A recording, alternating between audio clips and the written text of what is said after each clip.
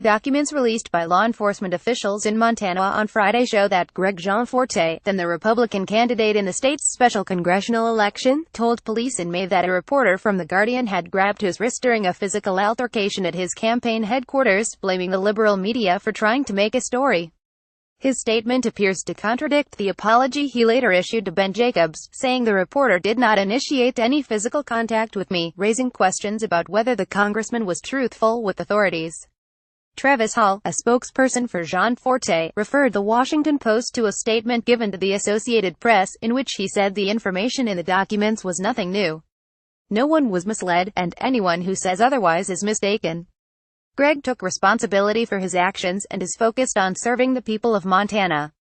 Gianforte won Montana's lone U.S. House seat 24 hours after the assault, and in June, he pleaded guilty to charges that he assaulted Jacobs and was sentenced to 40 hours of community service, 20 hours of anger management classes, and a $385 fine in court costs, according to the Associated Press.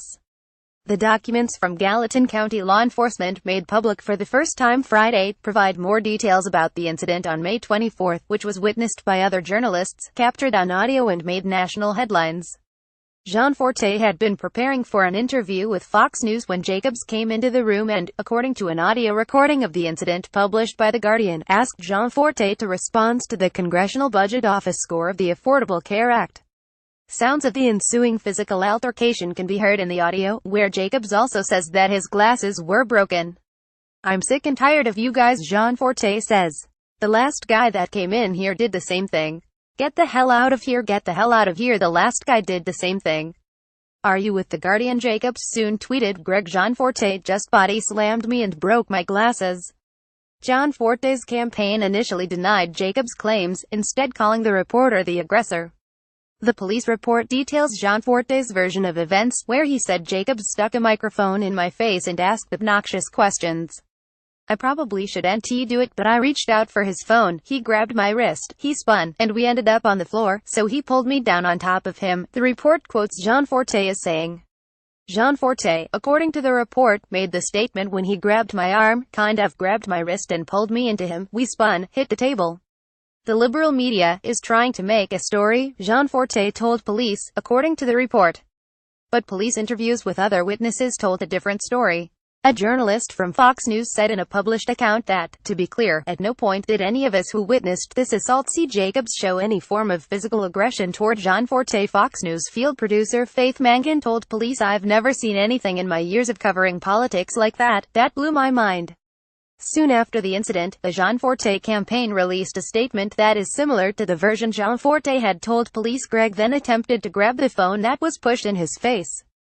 Jacobs grabbed Greg's wrist and spun away from Greg, pushing them both to the ground, the statement reads.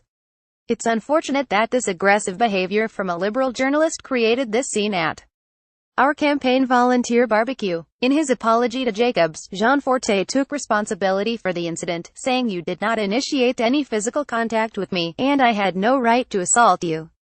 Gianforte's comments to police are not a crime, Gallatin County Attorney Marty Lambert told the Associated Press. "The main thing here is he was charged with assaulting Ben Jacobs and pled guilty to that," the county attorney said. This incident is not the first time Gianforte had a tense encounter with the press. An Helena Independent Record published an editorial after the assault saying the paper was sick and tired of his incessant attacks on the free press. Stephen Rich and Katie Mettler contributed to this report. Read more. The TED Talks empire has been grappling with UAL harassment. Interviews and internal emails show abuse allegations have revived scrutiny of Bill Clinton and divided Democrats. Ohio governor candidate boasts of UAL history with approximately 50 very attractive females.